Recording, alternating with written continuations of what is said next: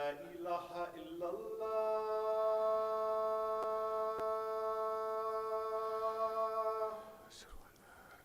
Ashhadu an la ilaha illallah.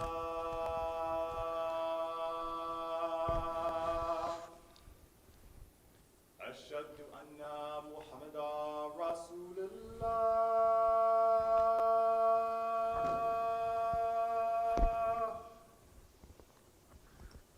أشهد أن محمدا رسول الله.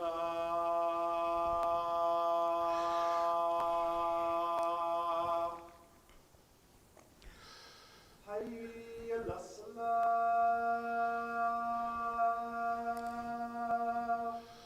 لا حول ولا قوة حي على الصلاة.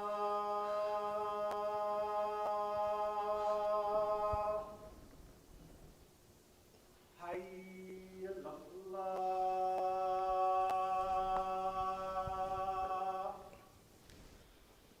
حي على الفلاح.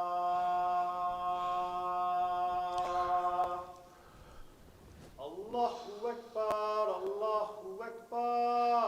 الله أكبر. لا إله إلا الله.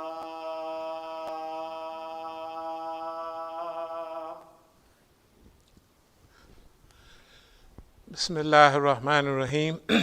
الحمد لله أحمده واستعينه واستهديه واستغفره وأؤمن به جل وعلا ولا أكفره وأشهد أن لا إله إلا الله وأشهد أن محمدا عبده ورسوله أرسله بالهدى ودين الحق ليظهره على الدين كله ولو كره المشركون. All praise belongs to Allah. We praise Him, we seek His help, His assistance, and His guidance. We believe in Him and do not disbelieve in Him. I bear witness that there is no God but Allah, and Muhammad sallallahu alaihi wasallam is His servant and messenger. Allah sent him, that is Muhammad, with Deen al-Haq, the religion, the way, the methodology of truth. And this way of life known as Islam will rise to its proper position in this world, whether the mushriks like it or not. Amma ba'd, fa inna astikal hadith kitabullah, wa utaka al-ura kalimatul taqwa, wa khayrul milali milatu Ibrahim, wa khayrul sunani sunatu Muhammad sallallahu alaihi wasallam, wa ashraful hadith dhikrullah, wa asanu al-kasasi hadha al-Quran, wa khayrul umuri awazzimuha, wa shayrul umuri muhtatatuha, wa asanu al-hadyu hadyu al-anbiya, wa ashraful maut katlu shuhada, wa amma alama dalalatul ba'da al-huda, wa khayrul amali ma nafa'a, wa khayrul hadi ma utba'a, wa shayrul amma al-kalb. The Prophet sallallahu alaihi wasallam said, the most truthful of discourses is Kitabullah. The most trustworthy word is taqwa, or the fear of Allah. The best of the communities is the community of Prophet Ibrahim. The best way of life is the sunnah of Prophet Muhammad sallallahu alaihi wasallam. The remembrance of Allah is the most glorious of all things. The best of all narrations is Quran. The best acts are those requiring the highest degree of will and determination. The worst acts are those based on innovation. The best way of life is the one adopted by the prophets of Allah. The most glorious death is the death of the martyr. The most wretched blindness consists of going astray after finding the right way. The best acts are the ones that yield benefits. Best guidance is that which people may be able to follow. The worst blindness is the blindness of the heart. Bismillah ar-Rahman ar-Rahim. Inna Allah yahmaru bil adli wal ihsani wa ita'i dil qurba wa yanha anil fashai wal munkari wal bagi ya'ithakum la'alakum tadhakkarun. Allah commands justice, doing of good, and liberality to kith and kin. He forbids all shameful deeds and injustice and rebellion. He instructs you that you may receive admonition. فَمَنْ يُرِيدِ اللَّهُ أَنْ يَهْدِيَهُ يَشْرَحْ صَدْرَهُ لِلْإِسْلَامِ. Those whom Allah in His plan willeth to guide, He opens their breasts to Islam. يَا أَيُّهَا الَّذِينَ آمَنُوا اتَّقُوا اللَّهَ حَقَّ تُقَاتِهِ وَلَا تَمُوتُنَّ إِلَّا وَأَنْتُمْ مُسْلِمُونَ. O you believe, fear Allah as He should be feared, and do not die except in a state of Islam. وَتَسِّمُوا بِحَبْلِ اللَّهِ جَمِيعًا وَلَا تَفَرَّقُوا. And hold fast altogether by the rope which Allah stretches out for you, and be not divided amongst yourselves. Kuntum khaira ummatin ukhrijat lin-nasi tamaruna bil ma'rufi wa tanhauna 'anil munkar wa tu'minuna billah. You are the best peoples ever raised up for mankind, enjoining what is right and forbidding what is wrong, and believing in Allah. أقول قولي هذا واستغفر الله لي ولكم.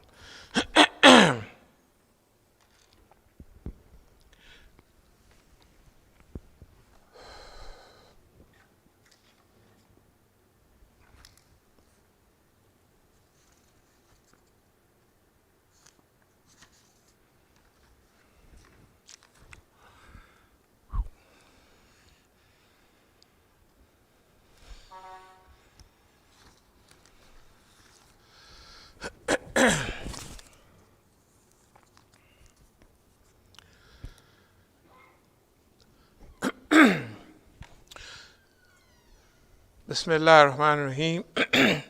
Alhamdulillah. Alhamdulillah. Maduhu wasta'inuhu wastadihi wastakfiruhu wa uminu bihi jalla wa la akfuruhu wa ashhadu an la ilaha illallah wa ashhadu anna Muhammadan abduhu wa rasuluhu. Bismillah ar-Rahman ar-Rahim.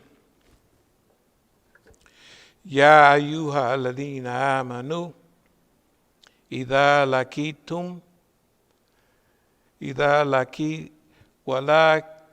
ولكم إذا كلا لكم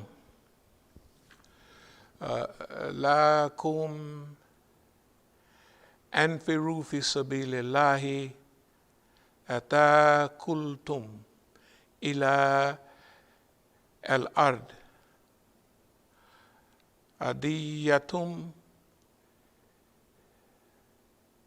الحياة الدنيا من الآخرة فمن متاع الحياة الدنيا في الآخرة إلى قليل.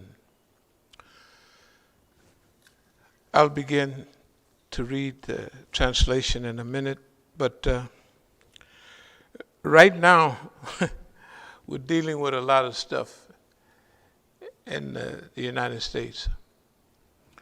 Now, it's not surprising to us. I want you to try to remember our khutbahs during the last months. We explained to you that we believe that the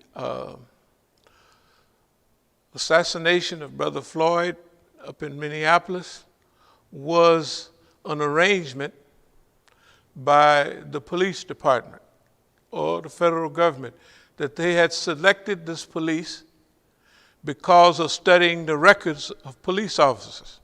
And you have to remember now, the Israelis have a lot of input now with police departments in America. You notice a few years ago the D.C. police department started driving around with their top lights flashing a little bit. You know where that came from? Israelis. That came from Israelis. Okay, now, what we want to say to you is that brother was killed the same way that they killed Palestinians. No feeling, no nothing, just we are murdering them guys. That's all. And they went over the records of people that they have. This guy had been charged maybe 18 or 19 times. Some say 21 times. He had been before the court. Not the court, but the police had internal investigation, right? Had responded to reports against him. So they knew what they was getting. They looked at his record, they said, now this man would love to kill a nigga. Just love to. He would like it. You know what I mean? Now, I told you about what we believe when he was killing the brother, he was playing pocket pool. And y'all know what pocket pool is. You got to remember, he ain't moved his hand at all. He ain't looked around. He ain't waved at nobody. He ain't did nothing. He just kept his body right where he was because he was going through his own little process. And the brother was dead within 5 minutes, but he kept his knee there another 3 minutes till he got off. That's the way we feel about it. But now we said that they did that in order to let steam off. That everybody is going to be so dastardly, it's going to be so rotten, it's going to be so crooked that everybody got to get up and run around the block 3 or 4 times, right? I don't care whether it's Black Lives Matter or whoever, right? They had to do something. And the government knew that they was going to do that. That's why they did it. So they would get up and have a few days of demonstrations, challenges, right? But the people that would be challenging them would be all young people. Did you see down at these demonstrations here and all over the country? They didn't have no skilled leadership. Not only was there no Muslims, but there were no skilled black nationalists in it. What I mean is people who had demonstrations before. Like if we had a demonstration, or when we had demonstrations down there, there was always, number one, a spokesman, and there was a liaison between the police and us. And we met with them before the demonstration. And we would get from them, is there anything that's going to make y'all feel uncomfortable? And we'll look at it and see if that's still within our framework to do what we're going to do. If they say we don't want you to burn no Israeli flags, we'll say we ain't going to do that. We're going to burn us some Israeli flags today, right? We would do that because that's part of why we're down there. If they would say, well, we don't want no destruction of property, we would say, you don't have to worry about that, and let us go a step further. This is a peaceful demonstration. We're not going to give you an excuse to come over here and bust us upside the head like some other demonstrations. I don't want to mention L.A. in 1984 and many others where people infiltrate the group and start a fight with the police, so the police got probable cause to come bust you upside the head. We don't have that in our demonstrations. Think about it. None of them, no matter how many people it was, they were always orderly. Why? Because we come there to demonstrate. We don't come there to burn down nobody's house, right? And we're not going to allow, we say if anybody in our group come and do something like that, they're not with us. So you snatch them. Don't come running in our crowd. When they run in the crowd, don't you come running in there after, right? Like we did something. And that's the way we would talk to them. But you know, at the first part of those demonstrations, you would see people burning police cars or something like that. And then that'd give the police probable cause to jump on the normal demonstrators. The other thing is we used to go down there quite a bit. And we would do teach-ins, and we would tell the people that's there. Sometimes we'd be right in the middle of the crowd. There'd be thousands of people there. We have a little thing, and we'd be talking. And we would talk to them about teach-ins and about demonstrations that have been held for over 50 years, 60 years in America. And they always had, sometimes they had teach-ins. It's like on campus or the university. You would have a demonstration to teach the people about demonstrations. And to also, why are we here? Why are we here? You didn't see nobody out there with a microphone talking about a teach-in. Why are we here? Where are we trying to go? What are our demands? What do we want for being here, right? If you're having a demonstration, why would you have them and you not have that? It's called a teach-in, and it's an orientation. You know, this is what we're doing. And so since they didn't have them, we didn't have any problem going down there just talking, and the people would listen. They say, hey, yeah, that makes sense. But the other thing is, if it was a camera next to us or if some reporter was doing a little report and we got to talking, when they felt that what we were saying was coming into their stuff, which they would naturally want to, right? Here's some people, they saying this and that. They didn't do that. They turned their stuff off. Many times we went down there, nobody ever came up to us and acted like what we were saying was interesting, except the people that was there. You know, like some of the people that was there, they was, hey, man, this makes sense. This is real, you know. And we showed them in the Constitution and in the Bill of Rights, all of that stuff, what they felt about us. So they would, remember, most of those people down there was white, and they had no idea what was going on in America as related to black people. So we went down there to orientate the people, to talk to them about these things. And we was down there on Black People's Plaza, I don't know what they call it. And we was having another talk. You know, the young people from Black Lives Matter, they walked right by us, looked, and they kept right on going, right on up the street, and they were looking mad. What was they mad about? Those young people was not the one sponsoring those demonstrations. They didn't have nothing. Them first demonstrations, they had food, water, everything out there, right? Plenty of it. Those kids couldn't produce that, just like the Women's March, right?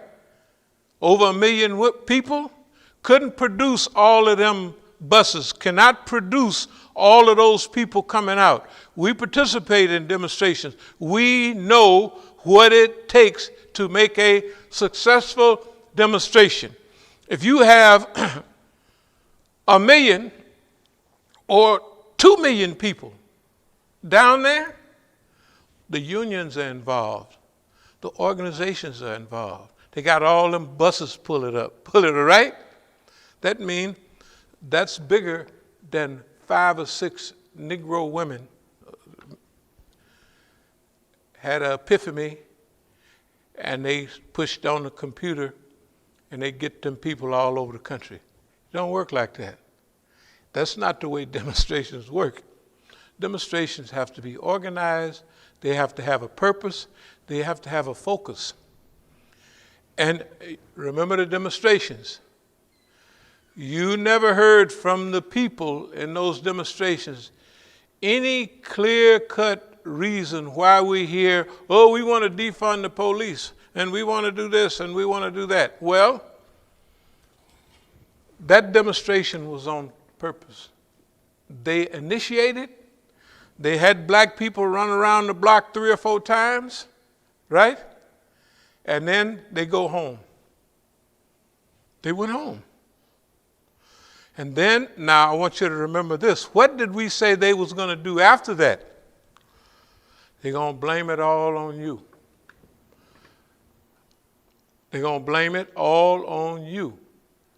Are they getting ready to defund the police? Absolutely not. Is the federal government raiding black communities all over the country? Guess what? They're talking about we got to stop killing in the black community.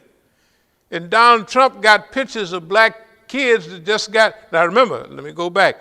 During the demonstration, it was no mention of anything like that. It wasn't even no shooting in the black community. Think about it. Who can turn that on and who can turn that off? The people that control the community. They might have a whole group of niggas and all got cases and everything. And it says, stop killing. Right? Then, after that period is passed, on the 4th of July of all days, right? Hands full of people in Chicago and other cities are murdered. Little kids are hit by bullets. And the sympathy goes, it says black on black crime. Right? And the dumb mayors, do they have enough sense to know what's going on? Absolutely not. They're part of the system. They would tell the government, what are you doing trying to stop black on black crime when 50 years ago it wasn't no black on black crime and it didn't get here till y'all brought the drugs in the community for the people to kill each other, right? Go study some of the old newspapers.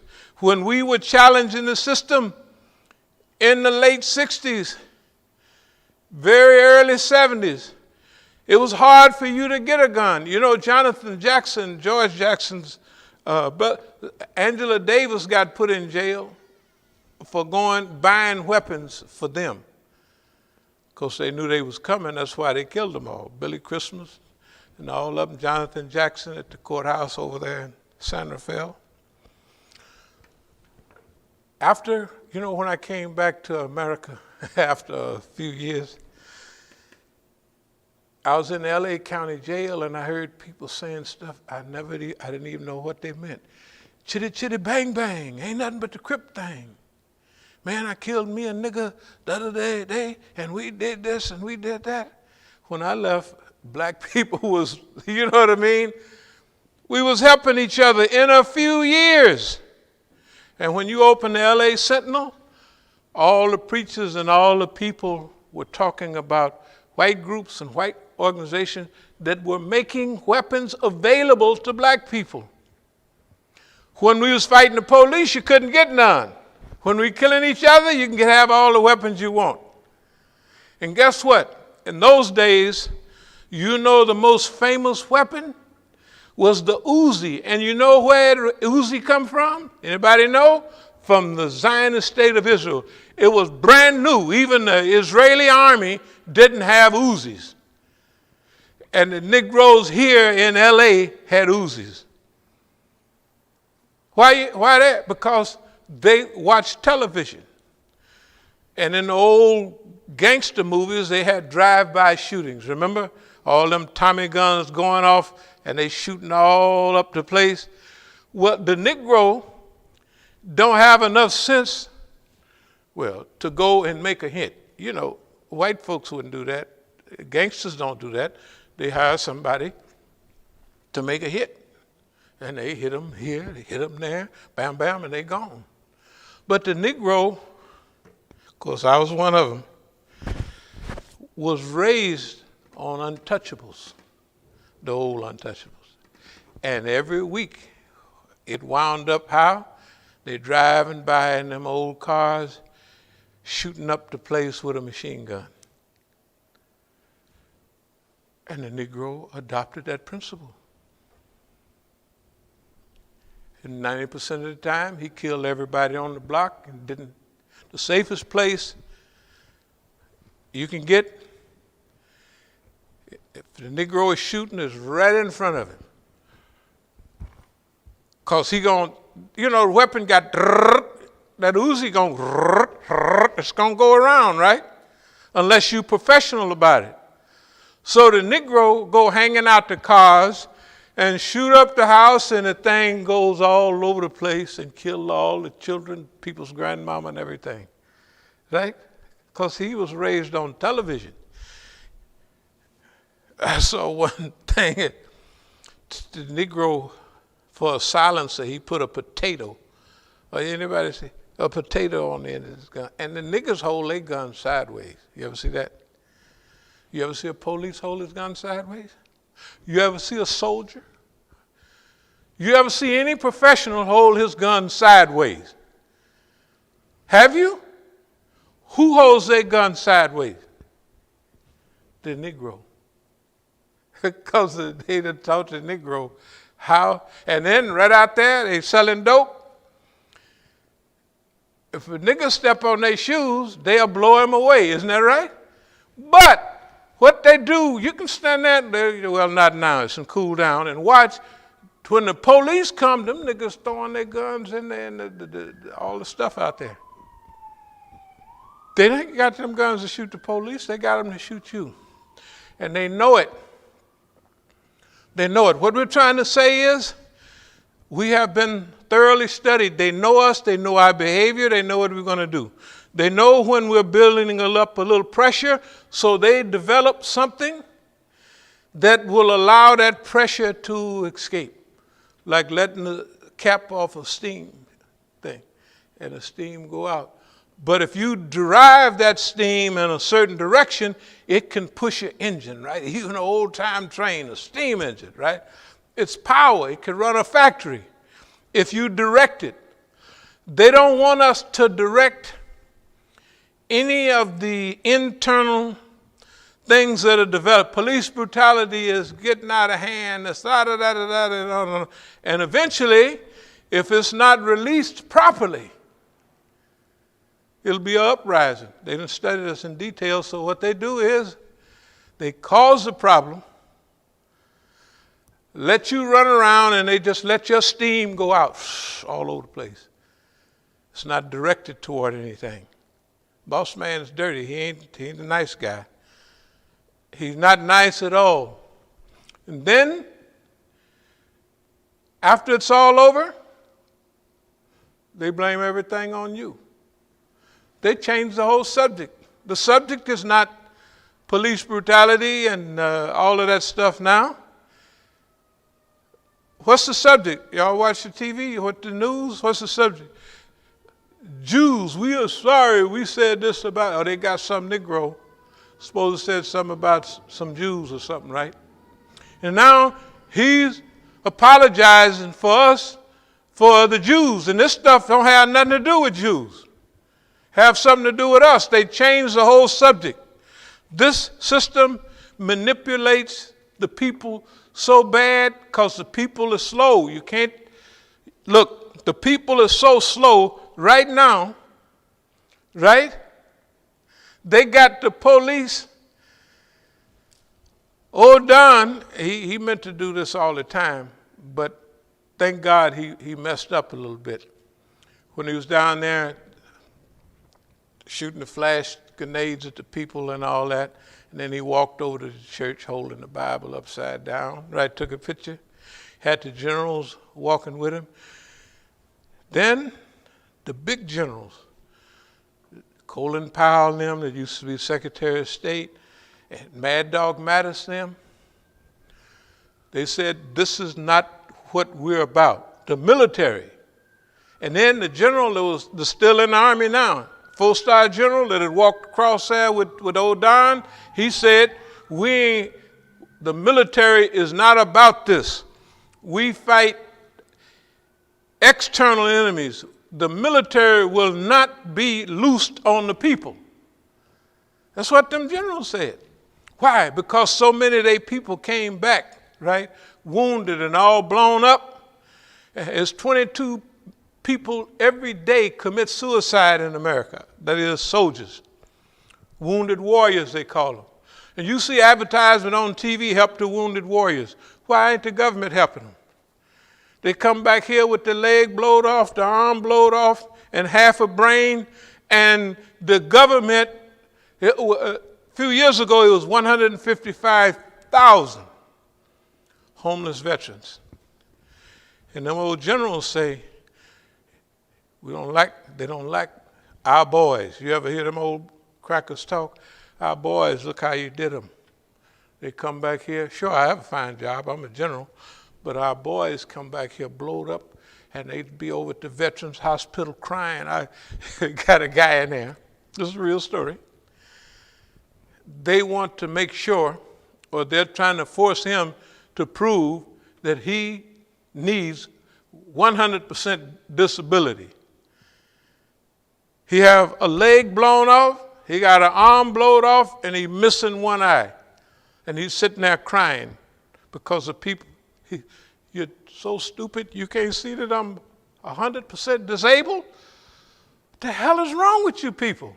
That's down there at the hospital, right? Well, you fill out this form. He says, fill out a form. He can't hardly think, you know what I mean? That's the way they did the American troops when they came back from Iraq.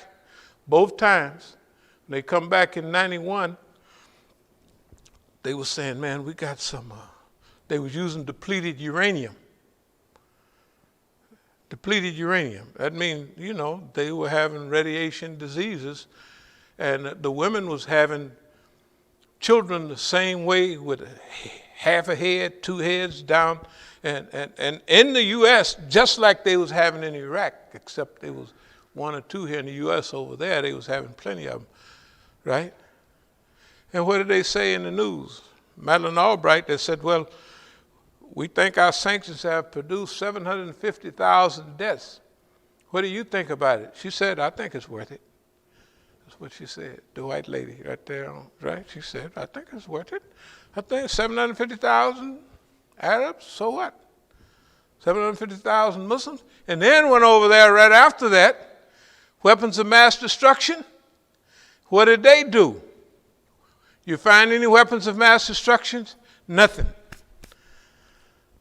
What did they give them troops when they got back? Homelessness, right? That's why 22 of them, post-traumatic syndrome, when they go over there, them kids are 20, some of them are 18, 19, 20, 21, and they go over there and they're killing real people, and they say, this is not a video game. You know, in a video game, you're just blowing everybody up. And they get over there, and they have them sticking the barrel of their gun up a lady's dress and blowing her head off. Yeah. And they asked a psychiatrist, the one they set up down there at Fort Hood, Texas, they had him, a Muslim major, working, deprogramming them guys when they get back. And they're telling him all of this stuff. And they wonder why he opened fire and started killing them all. Because he's a Muslim, and you're telling him, yeah, when I was over there, I need help. I did this and I did that, and that's all he's hearing. Palestinian brother. What I'm telling you is this, dear believers. We have to, there's a whole group of people in America could tell you the same thing I'm telling you. And they've been doing it for decades, year in, year out. And they've become professional talkers about these things. They know what's been going on all along, but they have never done anything about it. Right? So, it's our duty, As-Sabiqun, to get busy and do something about what we're living in, the society in which we're living. We call it nonviolent resistance and alternative resistance. We're not going to waste no time going down there trying to do nothing physically to nobody, because if you go down there, before you get down there, whoever you was going down there with and already told boss man that you're on the way. It's normal. Everybody know that. That's the way America is. But in the meantime, all of this information is beginning to saturate us. And America is like the rest of the world. They crying out for help.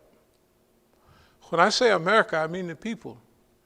Remember, when we talk about America and it going down, we're talking about the system here, right? The oppressive system, not the people.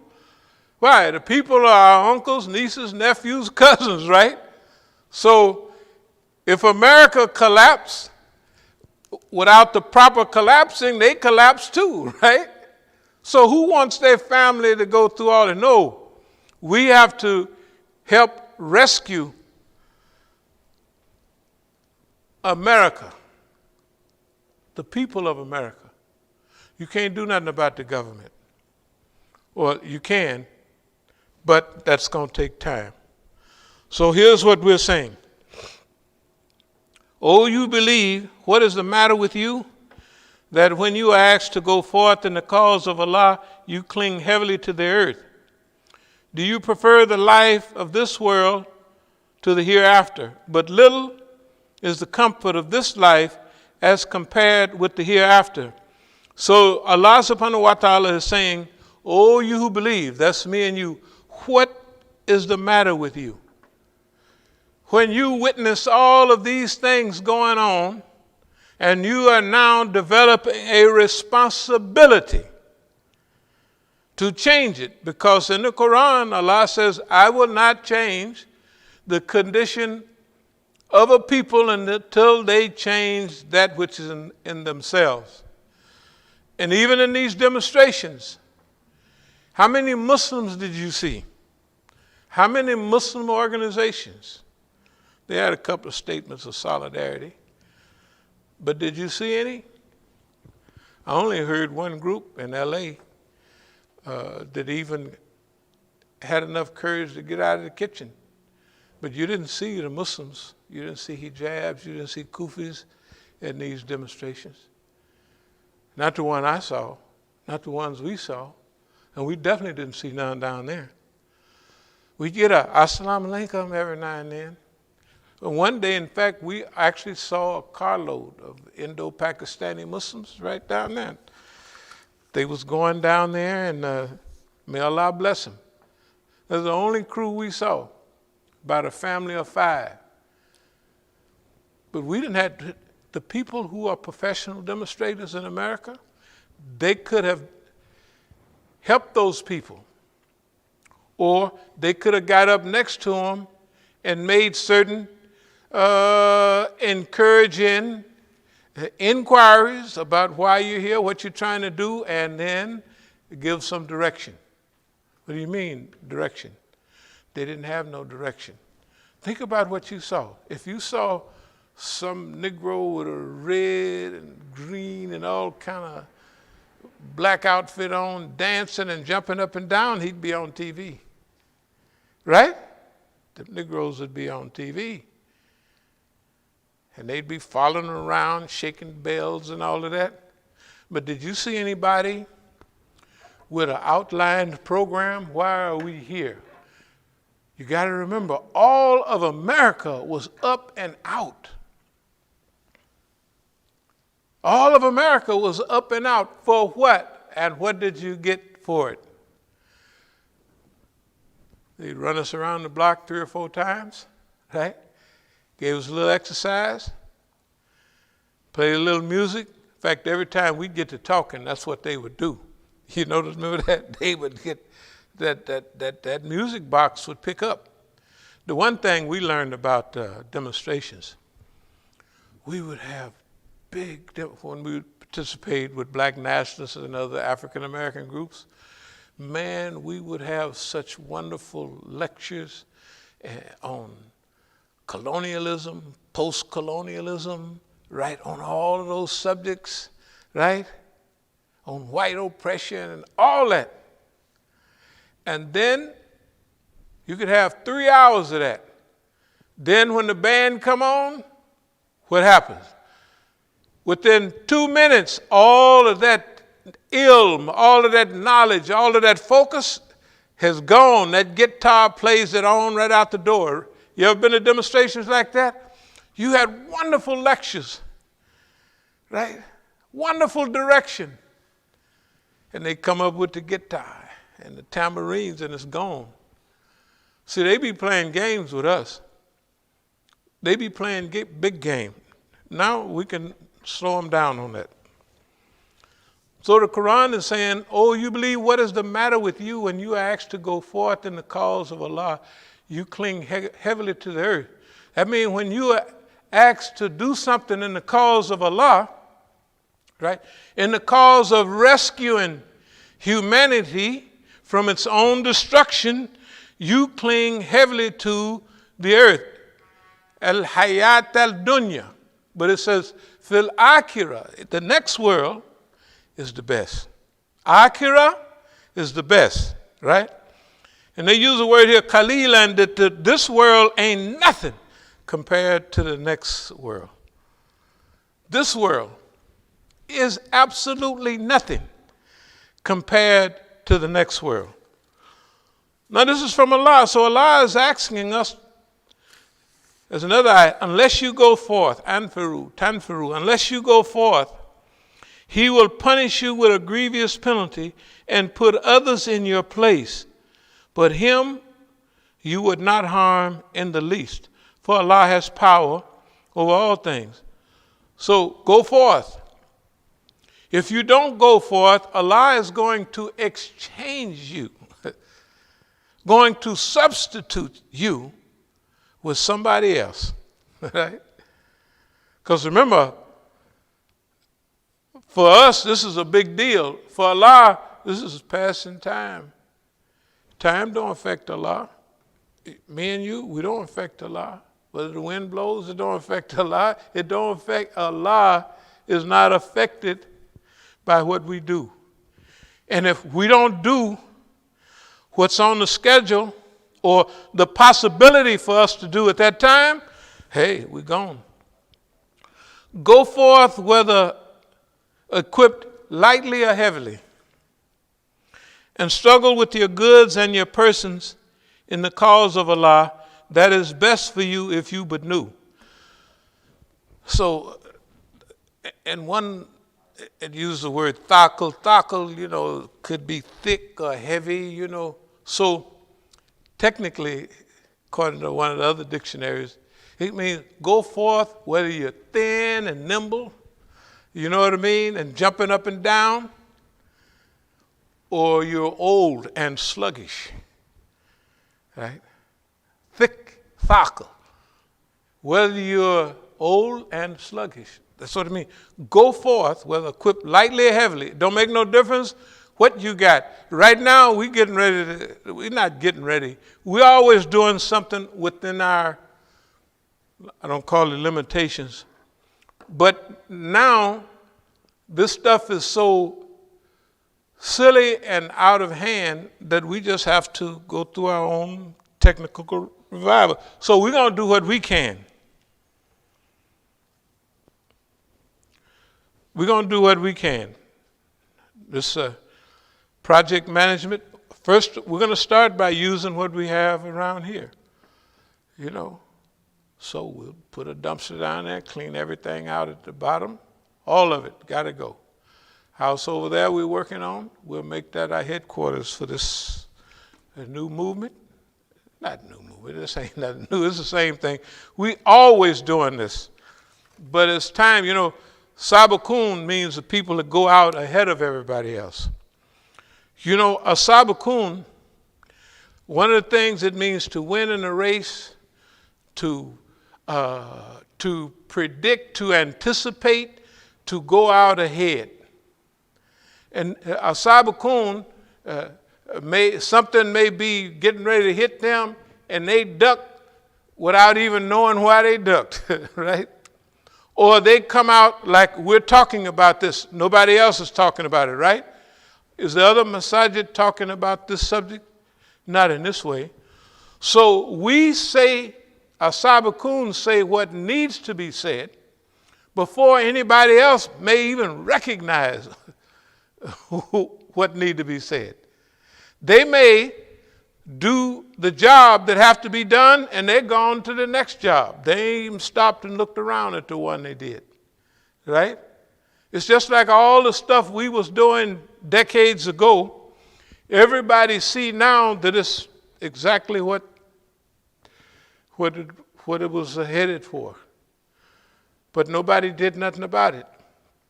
So now, we can't go and snatch up all the Muslims and tell them, don't be scared, don't do this, but we'll use what we have. Shoot, we have a little place back there. We'll get the books ready, get everything cleaned up. Shoot, the little place we was going to use for a newsroom, the annex, we'll clean it up, do what we have to do. The stuff has been built, but you know, when we built that stuff, the minute it was built, the people who were supposed to be doing that job for what we built, they went on about their business. Maybe somebody told them, you know, when you go to the store, they got a barcode on there and it's got an expiration date. You know, they got Negroes with expiration dates. Yes, they do. When you get a job for them or something to do, the expiration date, that kicks in, they got to go. That's the way it is. So we can't stop all that, but there's some things we can do. So we're going to do what we can. In fact, we got a sign-up list over there. Anybody want to help? We got a couple of programs tomorrow, the next day. But starting Monday, we getting busy on all the stuff we're talking about. Project management, getting our stuff together, and doing what we can. Do you know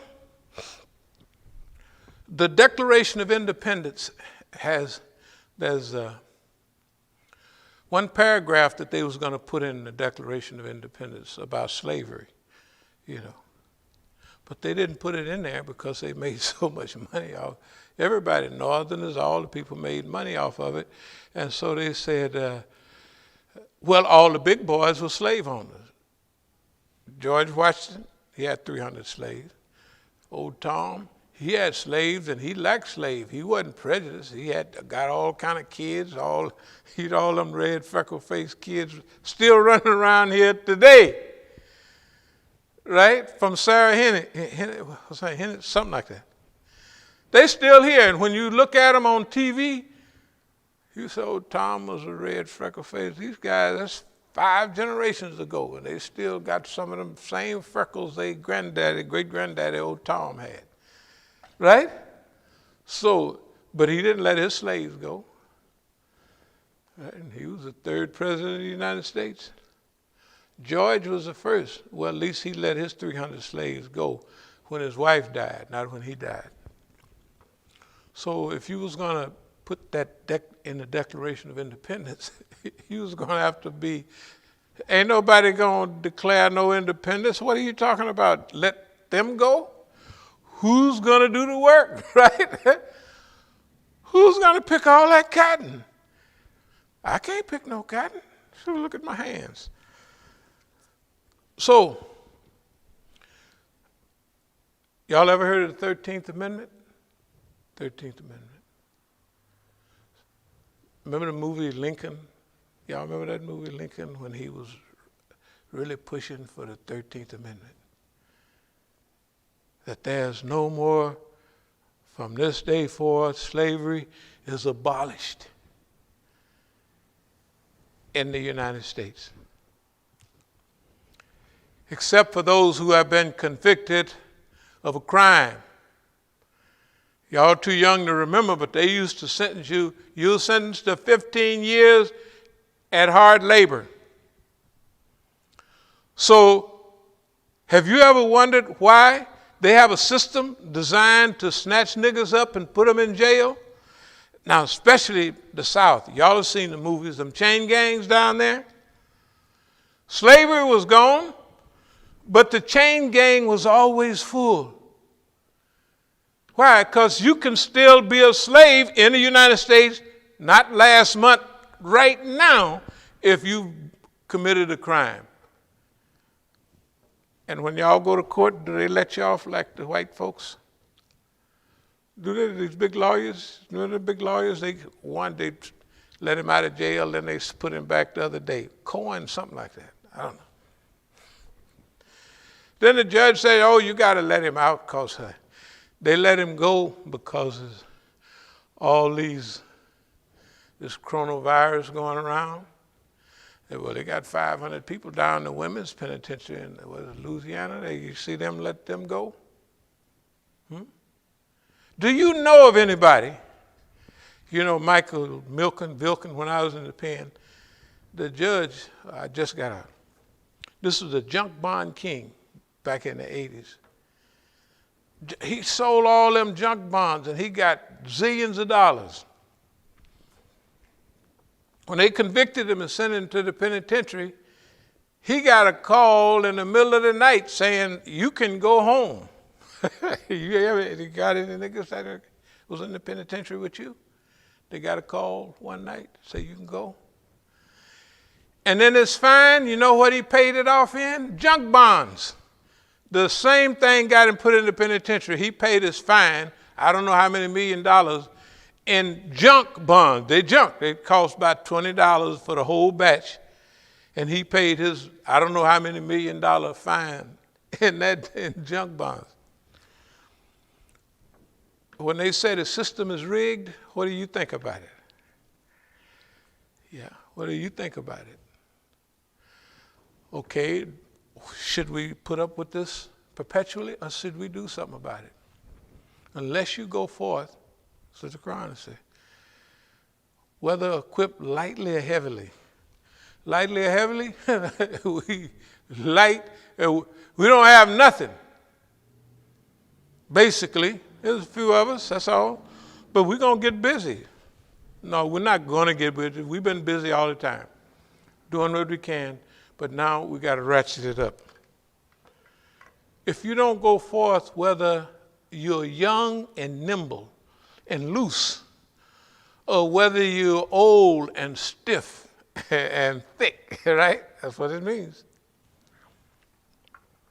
Whether you got all the weapons in the world or you don't have none. We have a weapon of aql, reason, and iman. Okay, I'm going to mention these couple of things again, then we're going to call it a day. First of all, if they're sending federal troops to cities all over America right now, right? The mayor in Portland, Oregon out there got tear gas yesterday. Did y'all see that? They got tear gas. He said, well, if you're going to tear gas the people, you're going to tear gas me. Now, Seattle, I'm from the West Coast, so Seattle and Portland are liberal cities. That's why they're still doing that. Mostly white folks, but you know, they just, liberal, they don't even know, but they don't dislike niggas because they, in the old days, they didn't see that many. So, hey, they're nice people, right? That's why they still having a demonstration in Portland, Oregon. Y'all see them ninjas on TV? They ride in them black vans. The black vans, police, federal police, no ID or no nothing, snatching people up today, right? Throwing them in the van. This is worse than martial law. This is the Gestapo. This is the Gestapo. In other words, Don, hey, I want to help the black people. Well, if you want to help the black people, then first thing you do, why are they killing each other?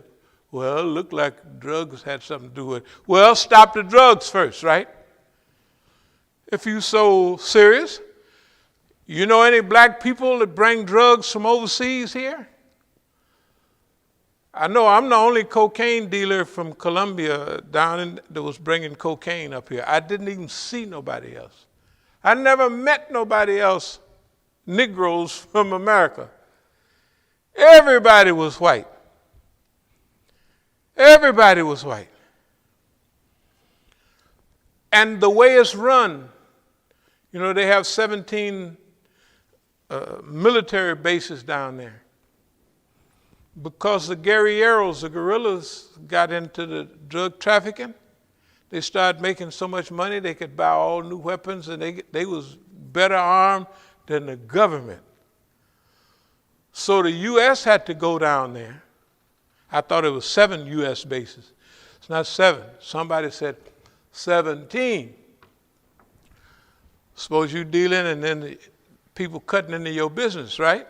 The Army goes down there to cut into their business to make sure, hey, you ain't making no more of our money. That's our money. We dealing this blow, right? All the guns in Mexico, you know where they come from? The United States. You know what the Mexicans do? One group kill the other group. Why? They don't want nobody to get big. You won't realize what's going on. Let me regress. May I just regress 1 minute? When they had prohibition in America in the 1920s, before prohibition, the big money that criminals got was from prostitution, right? Was from prostitution and gambling.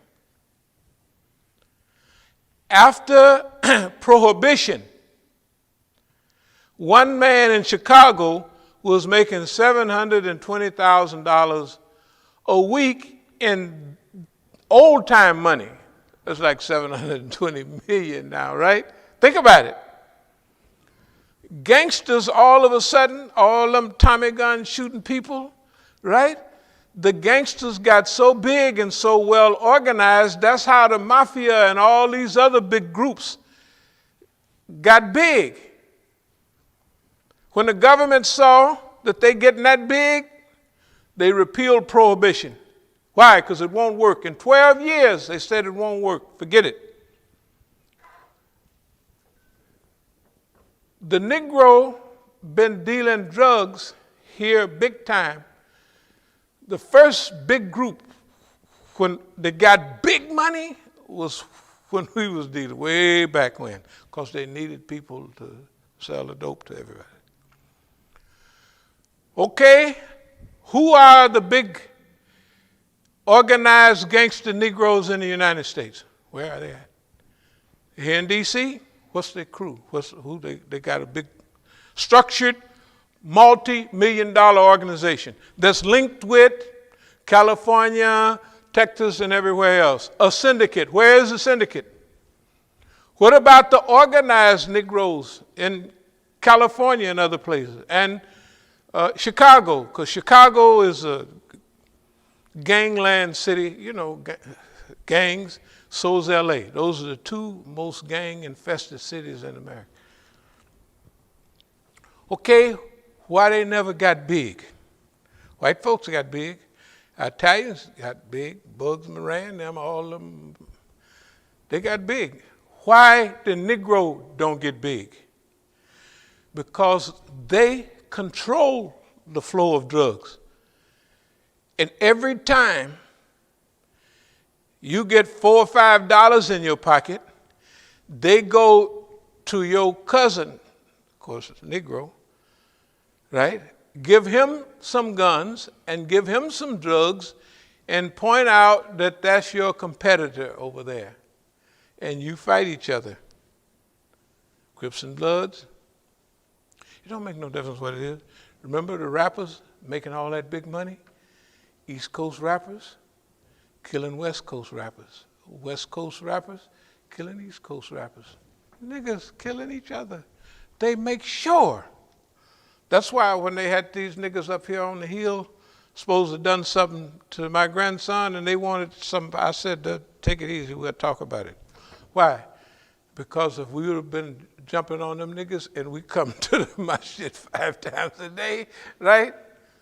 That was their trick to try to destroy our community. To get us, actually, the people we came here to rescue would be those Negroes, right? Right there on the hill. Several years ago. You know why we didn't fight them? Because we knew the rule. You don't never, under no circumstances, fight another nigga. Turn your back and walk away. Forget it. That don't mean you're a coward. That mean you better than him. Right? That mean you better than him. Them old dumb rules, Nigga disrespected me. That's the white man telling that nigga that you disrespected him. And he getting you to fight. Divide, conquer, and rule. It's so old. And do you know it works? It almost works all the time. Look at the whole Muslim world. Divide, conquer, and rule. In every country we got several groups killing each other, running each other crazy, and slowing up our human progress. Okay, so we're not going for that. We're not going to do it. I don't care where you're from. You from anywhere in Africa, it's easy in Africa because it's tribalism. So they got one tribe here, one tribe there, and they're going to have you, or it's hundreds of tribes. Hundreds. So it's easy to get them to fight each other. That's why they don't have nobody big in America. That's why they don't have any big Mexicans. Because the white folks up here send guns to Mexico and a couple of messages, and they fight and kill each other. So nobody gets big. Nobody gets big. The only one reaps the benefits of all these drugs is boss man. Because soon as you get several $1 billion, they're going to come get that. And they're going to kill you.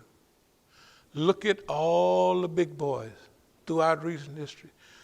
Escobar, all of them, all the Mexicans in the jail right now.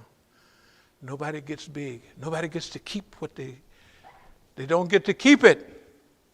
Boss man keep it. I'm telling you. It's all a big plan. What we're saying is, we can beat this plan. I'm going to close in a minute, but you know what? If we can put up with this cracker all of these years and psychologically devastate him, we can do anything. Yeah, you don't know. See, the Negro, if he don't fall for the first dumb game, divide, conquer, and rule, he gets time to be around a while. When you get time to be around, for a little while, you're different than Malcolm X and Martin Luther King. They never got a chance to learn, right? How to fight the system. They could describe the evil that the system do, right? But they didn't. Longevity. They didn't get a chance to stay here long enough to pull with this, pull with that, step to the side, to watch and learn. That's why the only place in the United States that anybody has ever forecast what boss man is going to do is here. How often do we do it? All the time. Boss man going to do this, boss man going to do that. You can take it to the bank. If I'm lying, just stand up and say, oh man, it ain't where it's going. You know. But we told y'all, I don't know how long ago, boss man going to get everybody running around for a couple of weeks, right? Going to shut it down and going to blame everything on you. The reason we're saying all this, and this is the close, if you want to stop all this stuff that's affecting black people, you would stop poverty. You'd make sure we had somewhere to work, right? You would stop the drugs. They had a 10, 12-year failure with prohibition. This failure has been going on for over 50 years. Over 50 years, the drug policies, no knock, stop and frisk, and all that's been going on for over 50 years. It's all aimed at you. Well, it was aimed at you. You hear about opiates, Oxycontin. White folks dying. Do you remember the days? Negroes was never dying 50,000, 70,000 a year. Now white folks are dropping like flies. Y'all read opiates, right? All that. Then they give the white man, they're selling them to him, just like the other guy was in the pen. They give them a fine. They make $50 billion, and they give them a $5 million fine. I'm telling you, we need some help, dear believers, to get our head on straight. Or we'll die with less sense than we had when we got here.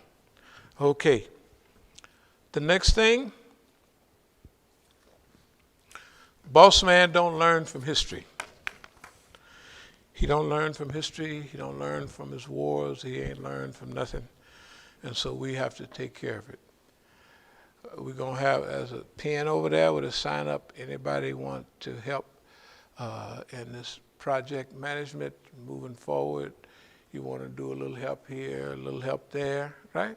Just put your name down there and we'll give you a call, or you can call us. But I'll really close with this. We don't want to be these people like Jesse Jackson, Sharpton, Chris Hedges, and all them people.